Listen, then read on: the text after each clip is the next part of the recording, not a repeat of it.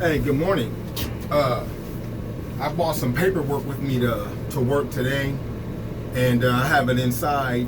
I'm gonna when I go inside after I get done getting fuel, I'm gonna go inside and so I'm gonna show you when I went back to prison in 2015, June 9th. You'll see on this. I have a printout of a post that came up on my hacked Facebook page, hacked by my then wife, the musty Elizabeth Mason.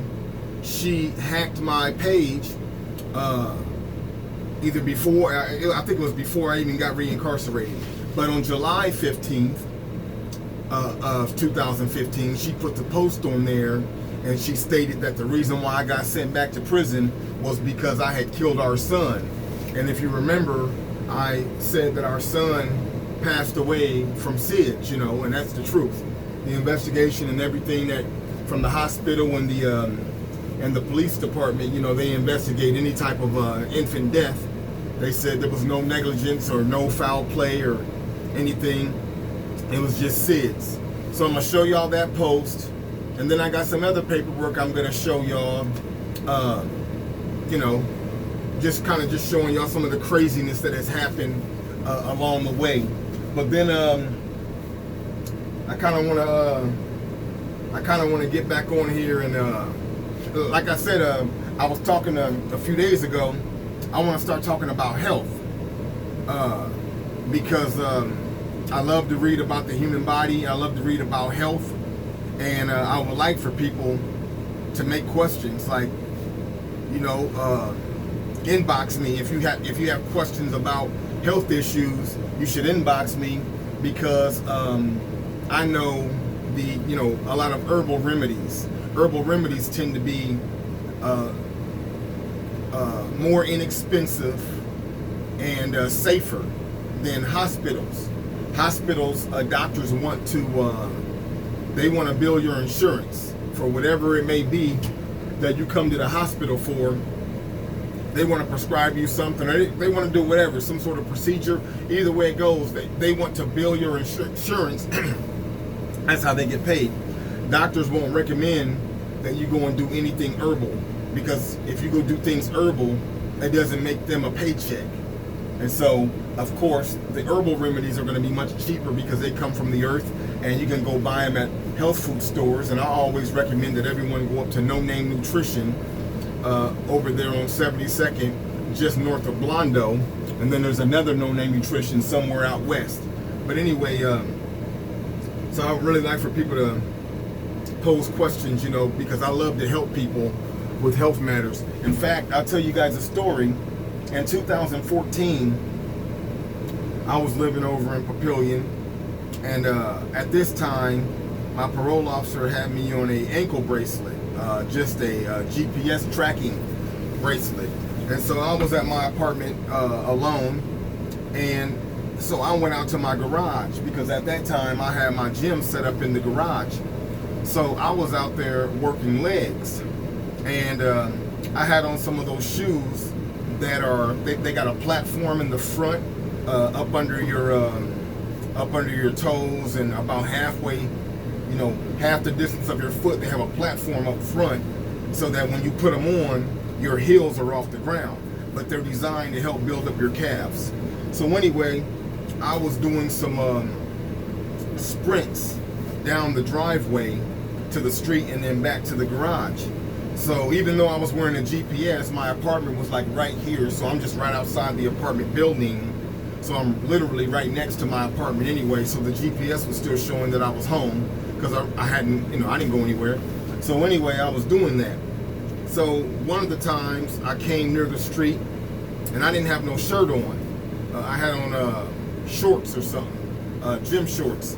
And I come running to the street, and I stopped. And I was about to turn around and come back to my garage, and this lady, there was a Jeep with two people in it, and this lady, she looks out the window at me and she says, "We might need your help." So when she said that, I thought that she just seen me out there, working out. I had my shirt off, and I thought she wanted me to help carry in something or something heavy, maybe they were moving some furniture or something, I don't know. But so anyway, I said, well, hold on. I told her, hold on, let me go change my shirt. Let me go put on a shirt and change these shoes. So I did that. So when I go over there, the two people that were in the Jeep were standing there, and now there's two other people, two males. So now there's one woman and three dudes, and two of the dudes are arguing. They're both obviously drunk. You can tell that they're drunk. So they're arguing. So I'm not concerned about that. That's their business. So when I walk up, I'm trying to find out what do they want my help for. Like, I want to get back to my workout. So if you're going to have something carried in, I'll help. And then you guys can be back to your drama on your own, right? So finally, I finally got their attention because they was just talking over me. They just was arguing. So I finally got the lady's attention. And I said, what do you want me to carry? And then she said, oh, no. She said, I don't want you to carry anything. She said, I was kind of hoping you could help with this. So I said, oh, they're trying to fight? And she was like, yeah. I said, oh, all right. So then I step in, and I begin speaking to the one who was obviously he was more drunk than the other one. So I began speaking to him. Well, long story short, they're fighting because the one who's very drunk, he lives in this apartment. So he's my neighbor. I didn't know that, but he lives in this apartment. And the guy that he's arguing with is, this gets weird. So the guy who's my neighbor, at this time, he had a 12-year-old son by a woman. And he and that woman were no longer together. They were best friends, though. So that woman fell on hard times, and she didn't have nowhere to stay. So she called her son's father, my neighbor, and asked could she come stay there and bring her boyfriend with her to come stay there until they can get on their feet and get to a different location to live. So this dude was so, he was such a good friend to his son's mother that he allowed her to come with her boyfriend and come live under his roof. So earlier this evening, they had been drinking, and they had been drinking these back-to-back shots of vodka, trying to drink each other up under the table. So they had been drinking a bunch of drinks, and then the female, his son's mother, he said that she came up to him, to my neighbor. She came up to him and she showed him a bottle of Xanax, and she said, I'm about to end it all. And so when she said that to him, he snatched the bottle from her and said, no, you're not. She's talking about trying to commit suicide. So he says, no, you're not. So then he takes the bottle. So anyway, she goes back to the bedroom, his bedroom, and gets in the bed, and she passes out. So after she passes out, he's looking for her, and then he goes back there and sees that she's in his bed. So he starts trying to wake her up, and she won't respond at all. She's not responding to anything. So he's shaking on her, pretty tough, and he knows her pretty well. He has seen her passed out many times, he said, and he says, but he's never not been able to get her to respond. So she's unresponsive at this time.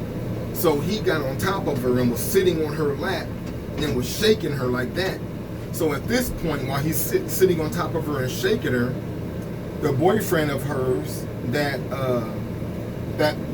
he allowed to come stay under his roof, he walks into the room and sees, him on top of his girlfriend.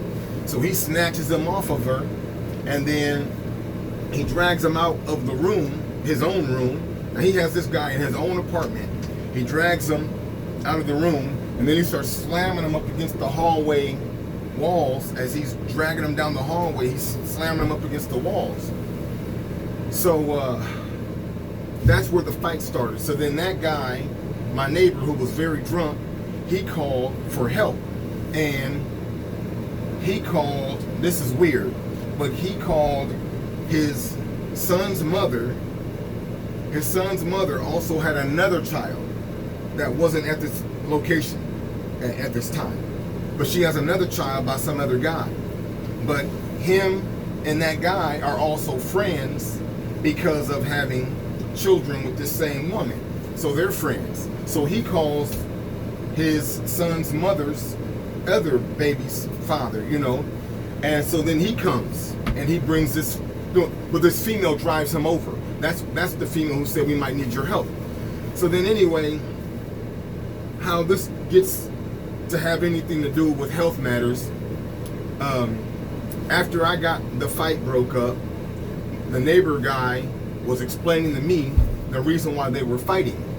So he told me the story about the girl back there passed out. So once he got past that part of the story, I asked him, well, hey, did you ever get a chance to get her to respond?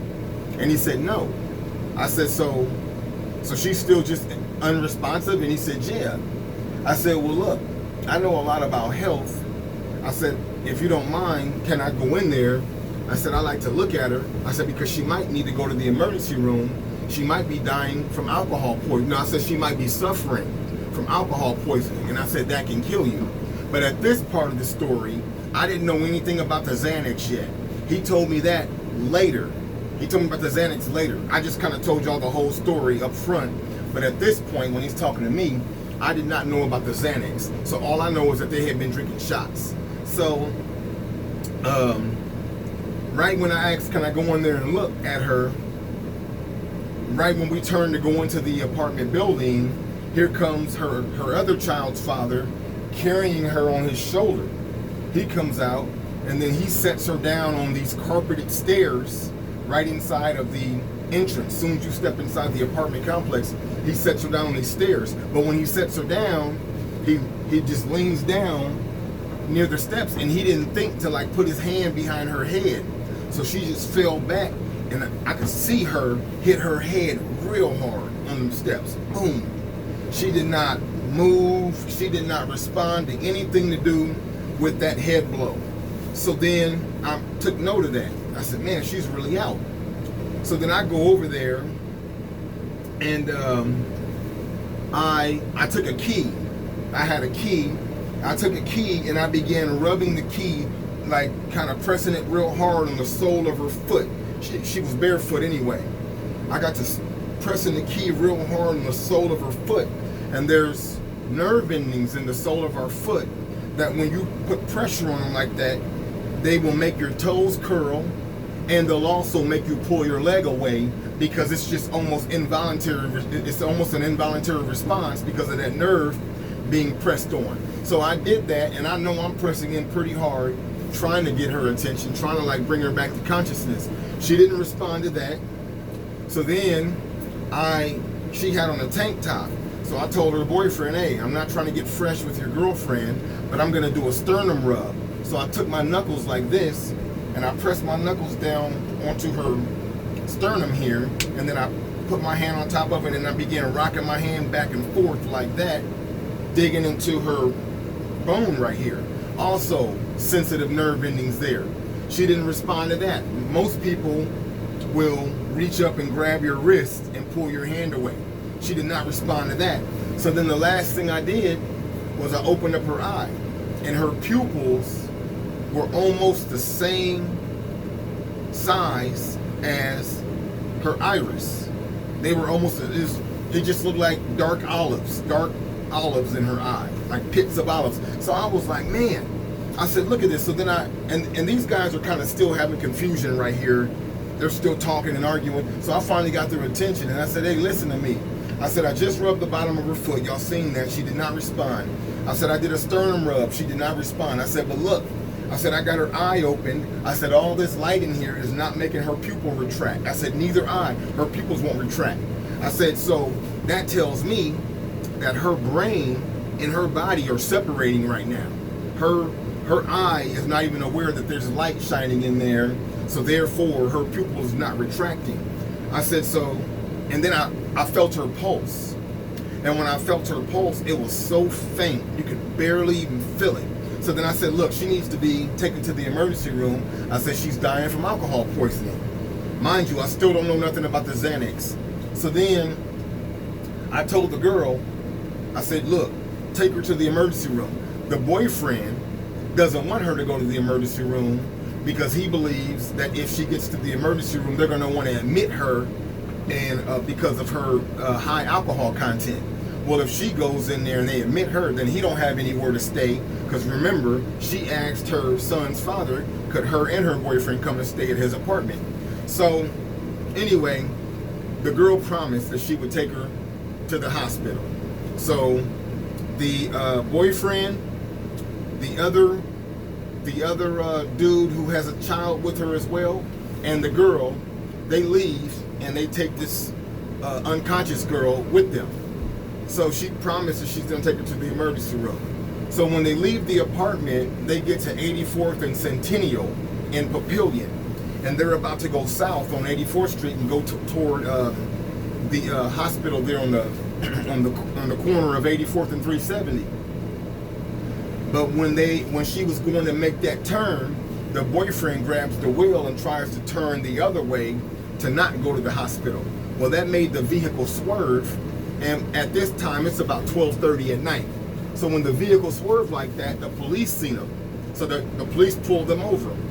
So then, the police was questioning if the lady was drinking, the driver, if she was drinking. So she explained that she wasn't. So then she said, my friend in the back is passed out and we're trying to just get her to the hospital. So the officer opens up the back door and he leans in. He says her name. He asks her name. He says her name. She don't respond to that. He shines his flashlight into her pupils and he sees that her pupils don't retract. So he says, I'm going to give you an escort. Follow me. So he turns on the sirens and he leads them to the emergency room. So once they were at the hospital, that's when I found out about the Xanax, because I'm still there talking to my neighbor about this whole situation. So then he pulled out the pill bottle and he said, I took this from her because she was talking about trying to commit suicide. And I had never even heard of Xanax. I said, what is that? And he said, Xanax. And I said, well, what's this do? And then he's, told me what his purpose is. So then I looked at the bottle and it said 90 count. So then I dump it out onto the table and I count them. And there was 40 in there.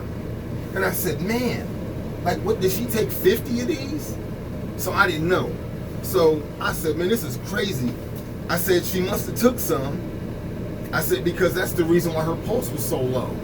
I said, but the hospital has to know about this. I said, so let's call. So then we called the other child's father, because he's at the hospital too. So we called him and I told him, hey, I'm about to send you some pictures of this pill bottle. I said, you need to take these pictures and show them to the emergency room staff that's working on her so that they can be aware that she has this in her system so they can pump her stomach. Because right now they only think that she has alcohol poisoning.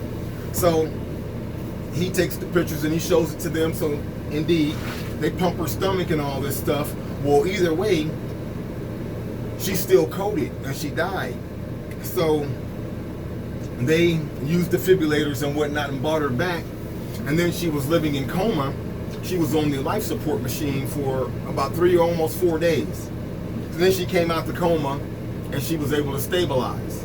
So then I had given my neighbor my number that night so that he could let me know how she was doing, whatever. So he called me about 4 days later, and he texted me 4 days later, and he said, hey, I haven't seen you in your garage lately. He said, I've been trying to talk to you. He said, I wanted to let you know that my best friend, she came out of a coma earlier that day of him texting me.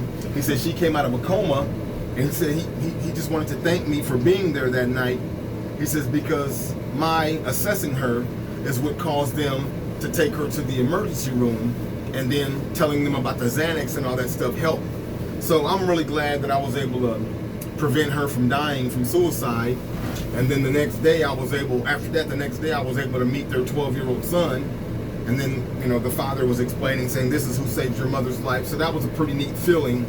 And, but just knowing about health matters is definitely a good thing, because obviously humans, we get sick, we die, all sorts of things. So the more you know about the body, the better off you are as far as keeping your health up. So I'm sorry for this long video. I'm going to get back on here in just a little bit and upload some of that stuff that I was telling you guys about. Sorry about no videos over this weekend. I wasn't feeling well. So I'll be back on here. Thank you, guys.